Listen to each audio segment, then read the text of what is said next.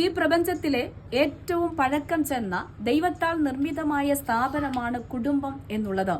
കൂടുമ്പോൾ ഇമ്പമുള്ളതായി നമ്മുടെ കുടുംബങ്ങൾ തീരണമെങ്കിൽ നാം എന്തെല്ലാം കാര്യങ്ങൾ ശ്രദ്ധിക്കണം? 1, ഒന്നിച്ച് പാർക്കുക.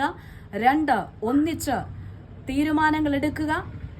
3, ഒന്നിച്ച് പ്രാർത്ഥിക്കുക. 4, പരസ്പരം സ്നേഹിക്കുക.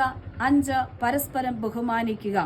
അപ്പോൾ ഒന്നിച്ച് പാർത്തുകൊണ്ട്, ഒന്നിച്ച് തീരുമാനങ്ങൾ എടുത്ത്, ഒന്നിച്ച് പ്രാർത്ഥിച്ച്, പരസ്പരം സ്നേഹിച്ച്, പരസ്പരം ബഹുമാനിച്ച് മുൻപോട്ട് പോകുന്ന ഒരു കുടുംബമാണ് ഈ ഭൂമിയിൽ ഏറ്റവും അനുഗ്രഹപൂർണമായി തീരുന്നത്.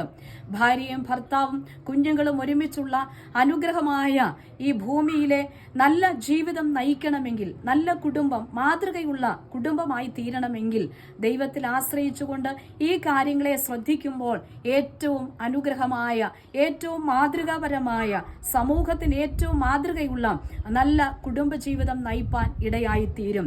അതേ, ദൈവത്തിന്റെ വചനത്തിൽ നാം ശ്രദ്ധിക്കുമ്പോൾ അബ്രഹാം, സാറ മുതൽ അക്കില്ലാവ്, പ്രിസ്കില്ല വരെ ഏറ്റവും ശ്രേഷ്ഠകരമായ കുടുംബത്തെ ദൈവത്താൽ നിർമ്മിക്കപ്പെട്ടിരിക്കുന്ന ആ കുടുംബത്തെ നമുക്ക് വലിയ ദൃഷ്ടാന്തമാക്കി നമ്മുടെ മുൻപിൽ വെച്ചിരിക്കുകയാണ്.